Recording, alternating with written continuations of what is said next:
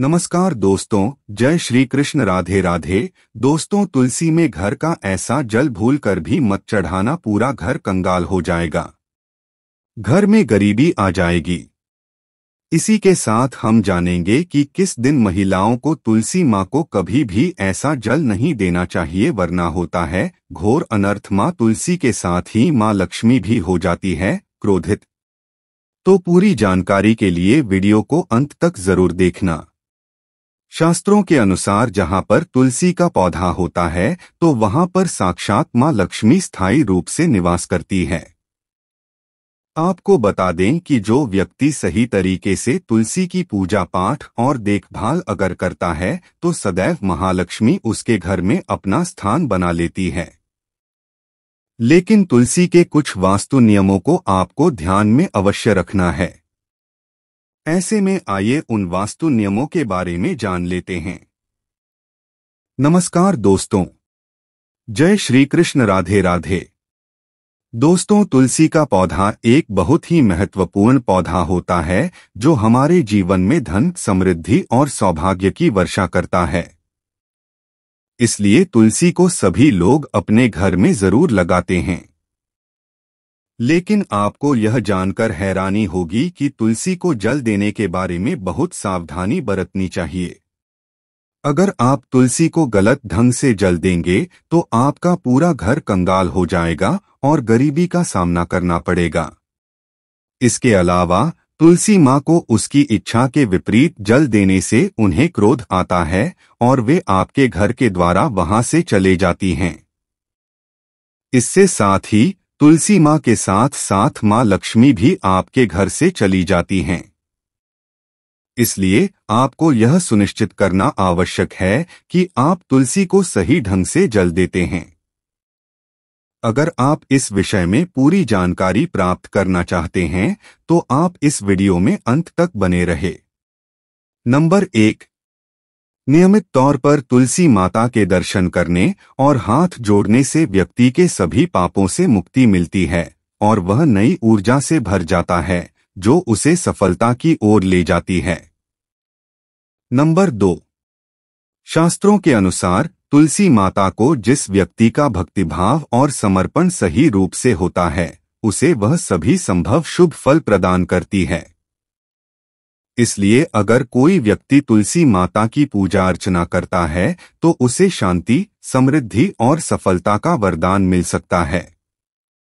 Number 3, शास्त्रों के अनुसार तुलसी के पौधे को धार्मिक और आध्यात्मिक उद्देश्यों के लिए पूजा जाता है। अगर कोई व्यक्ति रोजाना इस पौधे की पूजा पाठ करता है और शाम को दीपक जलाता है तो उसकी सभी इच्छाएं पूरी होती हैं। यह उसके धन, स्वास्थ्य, खुशी, समृद्धि और सफलता में सकारात्मक प्रभाव डालता है। तुलसी के पौधे में रहने वाली उन गुणों की वजह से यह एक विशेष रूप से धार्मिक और आध्यात्मिक ऊर्जा का स्रोत होता है जो हमारे जीवन में सकारात्मक परिवर्तन लाता है। नंबर 4, अगर आपका कारोबार कम चलता है या पूरी तरह से ठप हो गया है तो आप चिंतित मत हों। हर शुक्रवार के दिन तुलसी के पौधे में कच्चा दूध चढ़ाने से आपकी परेशानी जल्द ही दूर हो जाएगी। तुलसी माता अपने भक्तों को कभी निराश नहीं करती है। नंबर 5, जब भी आप तुलसी में दीपक जलाते हैं तो उससे शुभता के साथ साथ एक और फायदा होता है। वैदिक ज्योतिष में बताया गया है कि तुलसी में दीपक जलाने से भूत प्रेत आत्माओं को दूर रखा जा सकता है। इस तरह से यदि आप नियमित तौर पर तुलसी में दीपक जलाते हैं तो आपके घर से नकारात्मक ऊर्जा कोसों दूर रहती है। इससे आपके घर का वातावरण शुद्ध और सकारात्मक रहता है। नंबर 6, अगर आपके घर में पैसों की तंगी रहती है और घर की जमा पूंजी धीरे धीरे कम होती जा रही है तो आप तुलसी के पौधे के नीचे घी का दीपक जलाएं। उसके बाद सच्चे दिल से तुलसी माता की पूजा करें। यदि आप इसे नियमित रूप से करते हैं तो तुलसी माता आपकी जमा पूंजी में वृद्धि करने में मदद कर सकती है। तुलसी माता उनके भक्तों की मनोकामनाओं को सच करती है। नंबर 7। विष्णु भगवान की पूजा में तुलसी के पत्तों का विशेष महत्व होता है। इस पौधे के पत्तों को चढ़ाकर भगवान की पूजा की जाती है ताकि भगवान प्रसन्न हो और अपने भक्तों को अपनी कृपा से लाभ दें। अन्य देवी देवताओं की पूजा में भी तुलसी का उपयोग किया जाता है, लेकिन भगवान शंकर और गणेश जी की पूजा में तुलसी का उपयोग नहीं किया जाता। कहा जाता है कि तुलसी के पत्ते को चढ़ाने से 100 गुना फल की प्राप्ति होती है। इसलिए अगर आपके पास भगवान को चढ़ाने के लिए कोई भोग नहीं है तो आप सिर्फ तुलसी के पत्ते चढ़ा सकते हैं और भगवान की कृपा का लाभ प्राप्त कर सकते हैं। तुलसी को हिंदू धर्म में सबसे पवित्र पौधा माना जाता है। इसे तपस्विनी, वृषभानु, विष्णुप्रिया और तुलसी देवी भी कहा जाता है। नंबर 8। ज्योतिष शास्त्र के अनुसार तुलसी की माला पहनने से बुध और गुरु ग्रह बलवान होते हैं। इसके अलावा तुलसी की माला पहनने से सभी प्रकार के सुख मिलते हैं और बुरी नजर कभी नहीं लगती। इससे तन और मन दोनों पवित्र हो जाते हैं। इसलिए तुलसी की माला पहनने से पहले मंदिर में जाकर श्रीहरि भगवान विष्णु की पूजा करना चाहिए। उन लोगों को जो तुलसी की माला पहनते हैं अपने आहार में प्याज, लहसुन, मांस और मदिरा जैसी चीजों का सेवन नहीं करना चाहिए। इससे उनकी साधना में बाधा आ सकती है और इससे अनुकूलता कम हो सकती है। नंबर 9। और उससे बनी चाय कई बीमारियों के लिए लाभदायक होती हैं।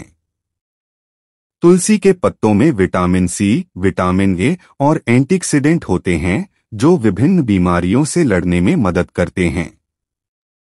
इसके अलावा तुलसी के पत्तों में उपस्थित तत्व विषैले पदार्थों को शांत करते हैं जो शरीर के रोगों का कारण बनते हैं।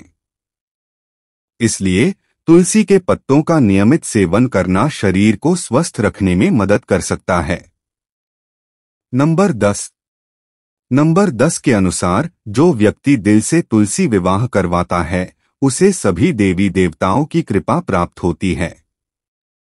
तुलसी माता सदैव उसके साथ रहती है और उसकी समस्याओं का समाधान करती है। तुलसी विवाह को करने से लोगों को सुख, समृद्धि और शांति प्राप्त होती है। आइए अब जानते हैं तुलसी का पौधा किस दिशा में लगाना चाहिए। वास्तुशास्त्र के अनुसार तुलसी का पौधा उत्तर दिशा, उत्तर पूर्व दिशा या पूर्व दिशा में लगाया जा सकता है। हालांकि सबसे उत्तम दिशा उत्तर दिशा मानी जाती है। तुलसी का पौधा बृहस्पतिवार के दिन और सुबह के समय लगाया जाना चाहिए।